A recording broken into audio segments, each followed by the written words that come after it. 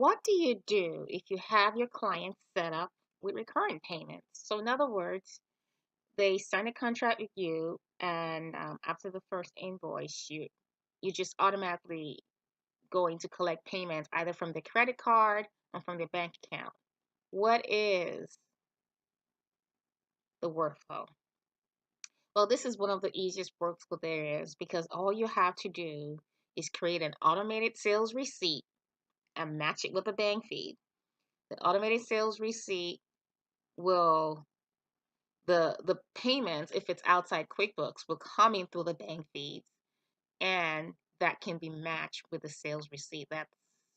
It's the shortest and one of the shortest and very time-saving workflows you have. So if you can set up payments this way, it's very, very cost effective.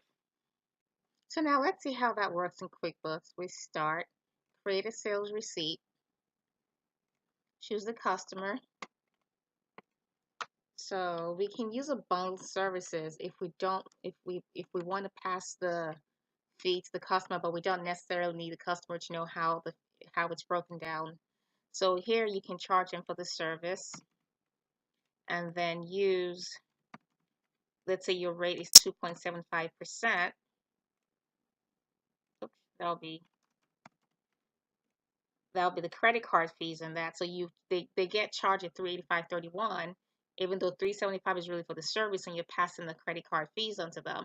The good part about using bundles is when you save and send to them, your customer can't see the breakdown. All they can see is just the bundle service. So that's one good thing. Now you want to make sure you have a description too, so they will see that. They won't see anything under this line. So that's one good way to do that. And then you make that recurring. So every month, that is automatically created, and so you can match that to the bank feeds. So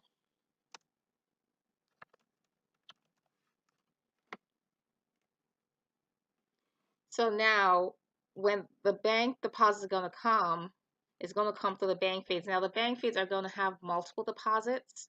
So it's not just going to be just one deposit. So you'll have to actually get either a daily printout or download from your bank credit card merchant and match it to what you have in QuickBooks, because you want to make sure you're crediting the right customer.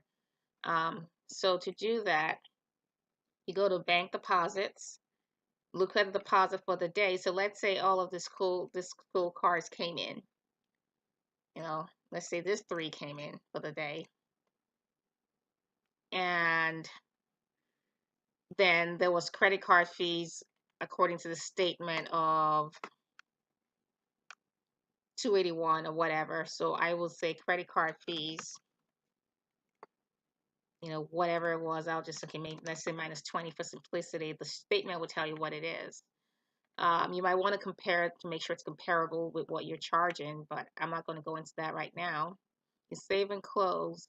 And then once you match it with what the statement you have from the credit card company is, you should see it match in the bank feed. What if you don't want to pass the credit card fees to your customers? And in that case, you still do a sales receipt.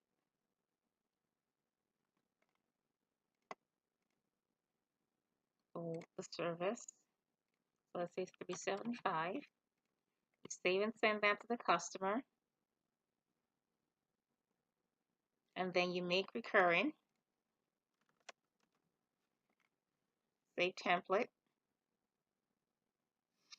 And then when the bank deposits come in, you do it the same way. Choose which ones you're depositing. Adjust for the credit card fees. Save and close. And once you make the adjustment, you should be able to match it with whatever comes through the bank feeds.